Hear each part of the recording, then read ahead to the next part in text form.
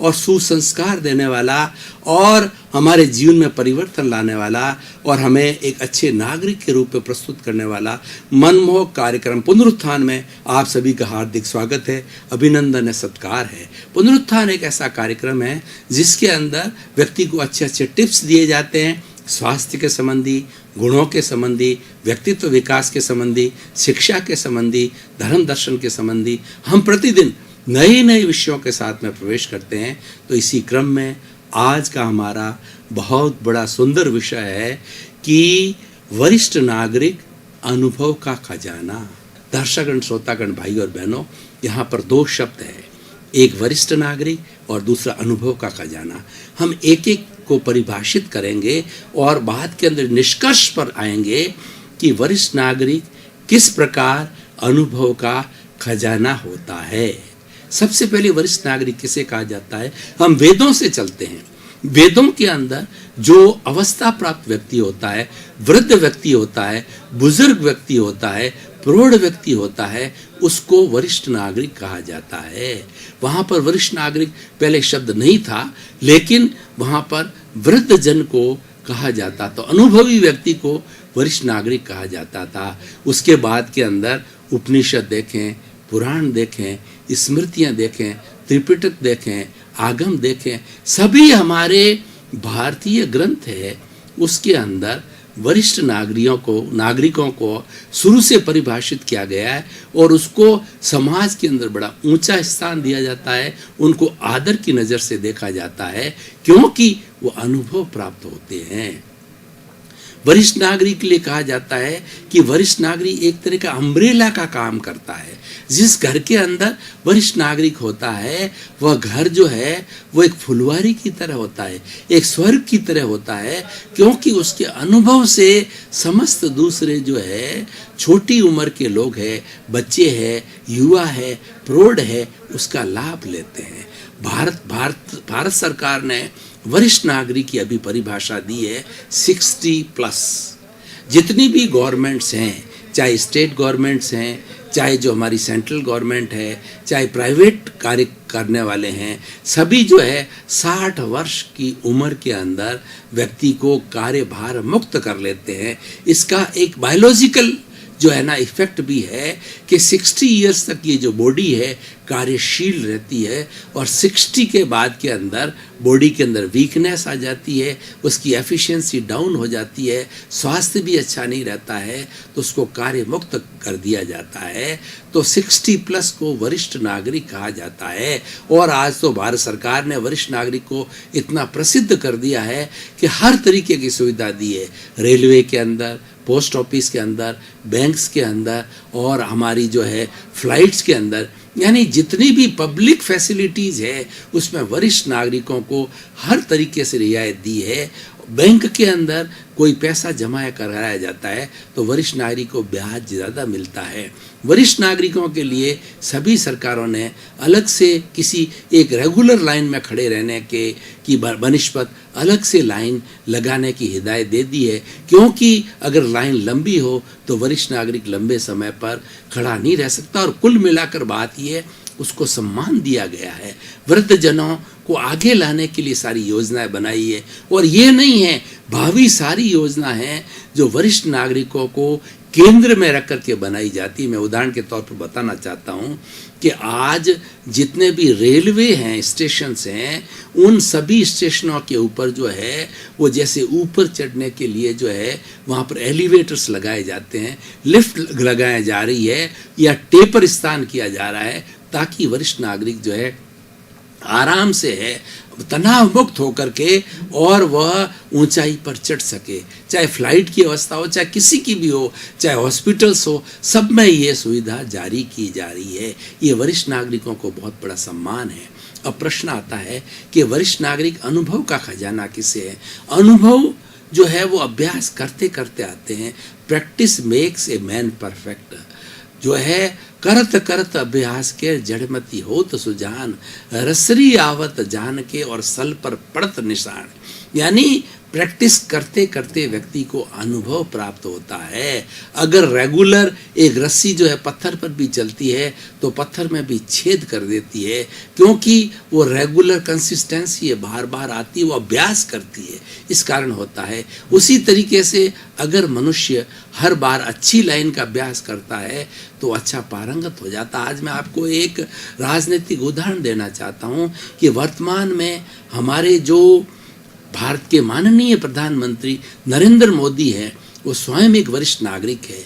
उनका विजन, उनका बोलने का तरीका, उनका जीने का ढंग, उनकी सोच और उनकी क्रियान्विति और उनका जो है कंट्रोल, अपनी कैबिनेट के ऊपर कंट्रोल, सरकारों पर कंट्रोल, और वो अपनी बात के इतने धनी हैं, वो धुन के इतने पक्के हैं कि वो जो कोई भी बात मन में सोच लेते हैं उसको करके रहते हैं। इसी कारण जो है, उनके अनुभव के कारण जो है, आज भारत एक व्यक्ति के अनुभव के कारण विश्व के 200 कंट्रीज के अंदर नरेंद्र भाई मोदी के अनुभव के कारण जो है, और उनके व्यवहार शैली के कारण में, और उन्होंने जो परिवर्तन लाए थे बड़े देश में, क्योंकि भारतवर्ष पूरे विश्व की जनसंख्या का 20% भाग है, यानी 1/5 पूरे विश्व के 210 कंट्रीज का जो है अकेला 1/5 भाग है, वो इंडिया है, और सबसे बड़ा डेमोक्रेटिक कंट्री है। उसके बाद में भी इंडिया अहिंसा प्रधान देश है, अहिंसा धर्म गुरु देश है, अहिंसा सोने की चिड़िया है। यहाँ हर देश के लोग, पुराना आप हजारों साल का इतिहास उठा करके देखिए कि दूसरे देश के लोग यहाँ बिजनेस करने के लिए आए, या शिक्षा ग्रहण करने के लिए आए, संस्कृति का अध्ययन करने के लिए आए, तो क्योंकि ये एक ऐसी धर्म देश है, यहाँ पर अच्छे संस्कार मिलते हैं, अच्छी बातें मिलती है, क्योंकि हम अहिंसावादी है। हम दूसरे पर कभी आक्रमण नहीं करते। हमारा प्रारंभ से हमारे ऋषि मुनियों ने हम लोगों में ऐसे ब्लड में संस्कार डाल दिया है कि हमको किसी पर चलाकर आक्रमण नहीं देना है। हमको ये शिक्षा बचपन से दी जाती है कि प्राप्त मन वचन काया से जगत के किसी भी प्राणी का किंचित मात्र भी दुख ना हो, दुख ना हो, दुख ना हो। ये भारत की संस्कृति है। हम तो, हमारे विचारों के अंदर ऐसा चिंतन है कि हम किसी को दुख ना दें। तो ये बातें कहाँ से आती है? ये बातें अनुभव से आती है, ये बातें वरिष्ठ नागरिकों से आती है। वरिष्ठ नागरिक अपने जीवन के अंदर अच्छा बुरा समय देखते हैं, और उन सारे चीज़ों का संग्रह उनकी बुद्धि के अंदर हो जाता है, और उस संग्रह का फायदा जो है बच्चों को मिलता है, युवाओं को मिलता है। एक अगर वरिष्ठ नागरिक है, वो इतना अनुभव होता है उसके पास में कि वो वरिष्ठ नागरिक देखता है कोई भी कार्यकलाप चल रहा है, युवक का या बच्चे का चल रहा है, उसके चाल चलन से जो है वह ये भविष्यवाणी कर देता है कि ये बच्चा आगे जा कर के अच्छा बनेगा या बुरा बनेगा, या इस युवा को जो है कठिनाई आ सकती है या इस युवा को लाभ मिल सकता है, क्योंकि उसका अनुभव बोलता है। अनुभव बड़ी चीज होते हैं। हमारी भारतीय संस्कृति जो है वो पुरुषार्थ प्रधान संस्कृति है। पुरुषार्थ चतुष्टय की यहाँ बात की जाती है, काम, अर्थ, धर्म और मोक्ष। हमारा साध्य मोक्ष का है, मुक्ति का है। तो ये जो है कैसे प्राप्त किया जाता है? ये अनुभव से प्राप्त किया जाता है। केवल ज्ञान होता है जिसको कि परफेक्ट ट्रुथ होता है, उस वो अनुभव से प्राप्त हो जाता है। इसीलिए अनुभव जन्य जो बात कही जाती है वो बात बहुत महत्वपूर्ण होती है। ये अनुभव खाली पुस्तकों के अध्ययन से नहीं आता है, ये खाली टीवी से नहीं आता है या कोई दूसरे माध्यम से नहीं आता है। ये अनुभव जो है हमें बार बार कार्य करके अच्छे बुरे का विवेक करने से अनुभव आता है, और वो धीरे धीरे हमारी प्रज्ञा के अंदर, हमारी बुद्धि में जाकर के संग्रहित हो जाता है। और वो धीरे धीरे जब वरिष्ठ नागरिक बनता है तो वो खजाना आता है। खजाना किसे कहा जाता है? स्टोर को, वेयर हाउस को कहा जाता है, जहाँ पर बहुत सी चीज़ें एकत्रित हो जाती है, वो खजाना होता है।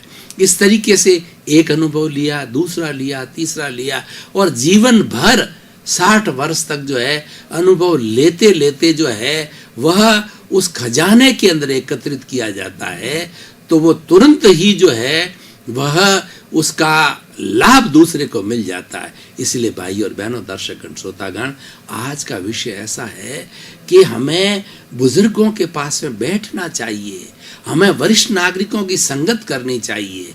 पहले एक युग था कि बुजुर्ग लोग जो के पास में जाकर के छोटे प्रणाम किया करते थे और पास में बैठ करके शिक्षा लेते थे। उनको चला के कहा जाता था कि आप हमें कुछ अच्छा पाथेय दें, अच्छे गुण दें, अच्छी शिक्षा दें, ताकि कि हम भी जो है आगे जाकर के समाज का कल्याण कर सकें, अच्छे नागरिक बन सकें। अब देखिए कि वरिष्ठ नागरिक अनुभव का खजाना है, लेकिन वो वरिष्ठ नागरिक का जो है समाज के प्रति क्या उत्तरदायित्व है, या समाज का वरिष्ठ नागरिक के प्रति क्या उत्तरदायित्व है, इसको समझना बहुत ज़रूरी है, क्योंकि ये इस विषय की प्रासंगिकता को बताएगा, इस विषय की रिलीवेंस को बताएगा कि ये विषय जो है आज के युग के अंदर किस तरीके से सारगर्भित है और उपयोगी है। क्योंकि जब तक हम निष्कर्ष नहीं निकालते हैं, उसकी रिलेवेंस को नहीं देखते हैं, उसकी उपयोगिता को नहीं देखते हैं, तो कोई भी वस्तु, कोई भी विषय या कोई भी विचार है वह सार्थक नहीं होता है। तो आज का जो विषय है कि वरिष्ठ नागरिक अनुभव का खजाना, इसको हम जब तक निष्कर्ष की तराजू पर नहीं तोलेंगे, इसकी उपयोगिता की तराजू पर नहीं तोलेंगे, तब तक हमें क्या लाभ होने वाला है, समाज को क्या लाभ होगा। हमें तो ऐसा कार्य करना चाहिए जिससे व्यक्ति को लाभ हो, समाज को लाभ हो और सुसंस्कारों का बीजारोपण हो।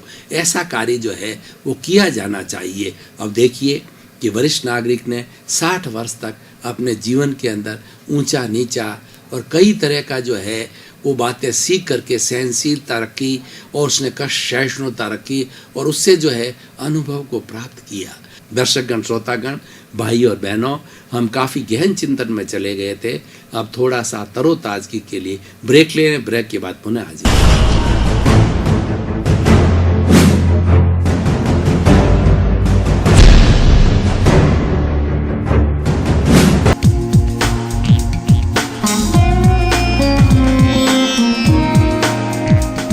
दर्शकगण, श्रोतागण, भाई और बहनों, कुछ समय का ब्रेक लेकर के और हमने तरोताजगी महसूस कर रहे हैं और पुनः हमारा जो निर्धारित सत्संग का विषय है उसके ऊपर वार्ता प्रारंभ कर रहे हैं। तो समाज का दायित्व तो ये होता है कि वरिष्ठ नागरिकों को सम्मान दे। घर के अंदर माता पिता को सम्मान दिया जाना चाहिए, क्योंकि वो सम्मान के योग्य है, वो अनुभव के खजाने हैं, वो एक अम्ब्रेला है, वह एक क्या कहना चाहिए कि संसार का तीर्थ है। माता पिता संस्कार के बहुत बड़े तीर्थ है। मैं एक उदाहरण के द्वारा आपको बताना चाहता हूँ भाई और बहनों कि शिव और पार्वती जो है वो हमारी भारतीय संस्कृति के अंदर देव जो है पूजनीय देव है। इनके 2 पुत्र थे, एक तो गणेश जी थे जिसकी कि हमेशा श्री गणेशाय नमः कोई भी मांगलिक कार्य होता है उसमें पूजा की जाती है, और एक उनका पुत्र कार्तिकेय थे। तो गणेश जी शरीर के अंदर भारी थे, कार्तिकेय पतला था, और कार्तिकेय का जो वाहन था वो गरुड़ था, जो कि एक जो है वो वायुयान की रफ्तार से उड़ने वाला था, और गणेश जी भारी भी थे और उनका वाहन जो है मूषक, चूहा था। अब जो है शिवजी ने परीक्षा ली कि मेरे दोनों पुत्रों में से कौन सा पुत्र जो है वह बहुत ज्यादा प्रतिभाशाली है। योगी तो दोनों थे, लेकिन दोनों की तुलनात्मक दृष्टि से प्रतिभाशाली कौन है। तो उन्होंने दोनों को आदेश दिया कि जो इस जगत की परिक्रमा करके जो पहले हमारे चरणों में आएगा, माता पिता के शिव और पार्वती के चरणों में आएगा, वो प्रतिभावान घोषित किया जाएगा, वह नंबर 1 घोषित किया जाएगा। एक प्रतियोगिता रखी, तो जो है वो कार्तिकेय अपने गरुड़ के साथ में जो है वो एरोप्लेन की तरह उड़ गए, क्योंकि जल्दी आना था। अब जो मूषक जिनका वाहन था और स्वयं भारी थे, तो उन्होंने एक अपना दिमाग लगाया। उन्होंने जो एक समर्पण की बात दिमाग में आई, उन्होंने शिव और पार्वती जहाँ विराजमान थे उनके 2 या 4 चक्कर लगा लिए। चक्कर लगा करके, क्योंकि वो दूरी सबसे छोटी दूरी थी, और उनके चरणों के अंदर हाजिर हो गए। और कार्तिकेय बाद में आया। तो ये इसके पीछे आशय क्या है? उन्होंने सिद्ध कर दिया कि जो माता पिता है वो संसार के सबसे बड़े तीर्थ है। अगर हम इनकी रोज परिक्रमा करें, यानी हम उनकी सेवा करें, तो सारे तीर्थ ऑटोमेटिक हो जाते हैं। तो इसी कारण से शिवजी ने जो है यह वरदान दिया गणेश जी को, जब कोई भी सृष्टि के अंदर मांगलिक कार्य होगा तो सबसे पहले तुम्हारी पूजा की जाएगी। ओम गणेशाय नमः लिखा जाएगा। गणेश जी की पूजा सबसे पहले होती है। इसलिए भाई और बहनों, कितना बड़ा वरदान मिला। ये वरदान क्यों मिला? क्योंकि वरिष्ठ नागरिक, शिव और पार्वती वरिष्ठ नागरिक थे, और वो अनुभव के खजाने थे, और उनकी बात को जो है वो ग्रहण किया। जो इन्होंने, जो गणेश जी ने ग्रहण किया, तब जाकर के उनको वरदान मिला। इसीलिए हमारे इस संसार में जो भी वरिष्ठ नागरिक हैं, चाहे माता पिता है, चाहे बड़े भाई है, चाहे कोई भी जाति का है, लिंग का है, कोई स्थान का है, वो कैसा भी है, वो स्वस्थ है, अस्वस्थ है, वह पूजनीय है। ये आज का निष्कर्ष है इस विषय का कि वरिष्ठ नागरिकों को वो पूजनीय हैं, उनकी पूजा की जानी चाहिए। और हमारी भारतीय संस्कृति है, प्रणाम की संस्कृति है। वरिष्ठ नागरिक को सबसे प्रणाम करके हमें उनसे शिक्षा लेनी चाहिए। प्रणाम के अंदर कितनी बड़ी ताकत, मैं उदाहरण के साथ में आपको बताना चाहता हूँ। एक रामायण का जो प्रसंग बताना चाह रहा हूँ कि रावण के अंतिम समय था। भगवान राम ने रावण को मुक्त करने के लिए बाणों से उसको बींध लिया था, लेकिन अभी तक उसके अंदर जो है जान बाकी थी। अब उसके छोटे भाई लक्ष्मण को शिक्षा देने के लिए भगवान राम ने कहा कि तुम, रावण का अंतिम समय है, तुम जाकर के, और वह इस विश्व का सबसे बड़ा प्रकांड पंडित है, वो वेदों का जानकार है, उनके पास में कई तरह की कलाएं, जो 16 कला कही जाती है, उन सब में पारंगत है, और विश्व का सबसे बड़ा विद्वान है वो रावण है। तुम उनके पास जाकर के सारी शिक्षाएं अंतिम समय ग्रहण कर लो। एक बार तो लक्ष्मण जी बड़े शक पकाए कि मेरे भैया, मुझे, वो हमारा शत्रु है, वो माँ सीता का हरण करके ले गया, और उसके लिए ये कह रहे हैं उससे शिक्षा लो। लेकिन फिर क्योंकि वो अपने बड़े भैया के प्रति बड़े समर्पित थे, तो बड़े आदर भाव के साथ में वो रावण के सिर की तरफ जाकर के खड़े हो गए, और हाथ जोड़ करके खड़े हो गए, और कहा कि मुझे आपके पास में जितना ज्ञान है वो ज्ञान मुझे प्रदान करें। तो रावण ने उनकी तरफ आंख उठा करके भी नहीं देखा, काफी ना बोले ना आंख उठाए, नहीं, वो उपेक्षा की। काफी देर खड़े होकर के, और जो है वो लक्ष्मण जी पुनः राम के पास आए और कहा कि मेरी तो उन्होंने एक बात भी नहीं सुनी, मेरी तरफ आंख उठा के भी नहीं देखा। तो उन्होंने कहा तुम खड़े कहाँ थे कि मैं उनके सिर की तरफ खड़ा हूँ। अब मैं कहता हूं तुम उसके पैरों की तरफ जाकर के खड़े हो जाओ, यानी तुम प्रणाम की मुद्रा में खड़े हो जाओ, तो तुम्हें ज्ञान मिलेगा। वो गए और वो रावण के पास पैरों की तरफ खड़े हुए। तो रावण ने कहा लक्ष्मण भैया, मेरे पास ज्ञान तो बहुत है, मुझे शिवजी का वरदान है, पर मेरा अहंकार के कारण ये दुर्दशा हुई है, तो मैं तुम्हें शिक्षा देना चाहता हूँ, सबसे बड़ी मुख्य शिक्षा देना चाहता हूँ कि जीवन में कभी भी अहंकार को मत लाना। जैसी मेरी दुर्दशा हुई, किसी अन्य की दुर्दशा नहीं हुई, जीवन अहंकार शून्य होना चाहिए। इस तरीके से वो शिक्षा ग्रहण के पीछे, इस बात के पीछे शिक्षा क्या है कि हमें जो है वरिष्ठ नागरिक हैं वो पूजनीय हैं, उनको प्रणाम की संस्कृति हमारी।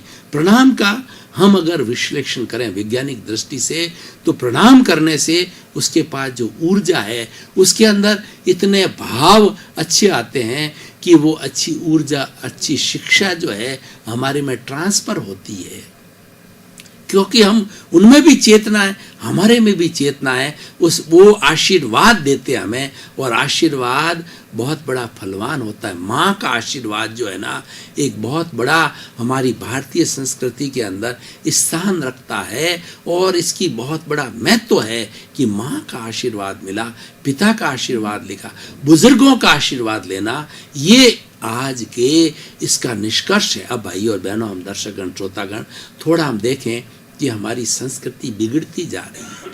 पाश्चात्य संस्कृति हमारे पे हावी हो रही है। पाश्चात्य संस्कृति के अंदर प्रणाम की संस्कृति, सम्मान की संस्कृति, वो जितनी हमारी भारत के अंदर है उतनी वहाँ संस्कृति नहीं है। वो हेलो हाय की संस्कृति है, और हमारी जो है प्रणाम की संस्कृति है, नमस्ते की संस्कृति है हमारी। हम हेलो हाय नहीं कहा करते हैं, हम कहते हैं स्वागत कहते हैं, हम प्रणाम कहते हैं, जय जिनेंद्र कहा जाता है, श्री राम कहा जाता है, श्री कृष्ण कहा जाता है, भगवान का नाम लिया जाता है, हाथ को जोड़ा जाता है, नमन किया जाता है। ये हमारी विशेषता है। तो इसीलिए आज सारी तकलीफें क्यों हो रही है कि आज का बच्चा, आज का युवा, आज का प्रौढ़ जो है वो अपने आप को बहुत बड़ा अहंकारी मानता है, इगोस्टिक हो गया है। हर एक ये जानता है कि मैंने तो बहुत प्राप्त कर लिया। अरे भैया, फेसबुक से और आपके व्हाट्सएप से, इंटरनेट से, गूगल से, पुस्तकों से ज्ञान किया है, वह पुस्तकीय ज्ञान है। असली ज्ञान तो वरिष्ठ नागरिक अनुभव का खजाना है। असली ज्ञान अनुभव में है। अगर अनुभव जन्य एक महात्मा, हम सत्संग में क्यों जाते हैं, किसी महात्मा के मुंह से अगर एक भी शब्द जो है हमारे चित्त को छू जाए, हमारी आत्मा को छू जाए, तो हमारा कल्याण हो जाता है, और होता भी है। दर्शकगण, श्रोतागण, भाई और बहनों, आपका बहुत बहुत साधुवाद, आपको धन्यवाद। आप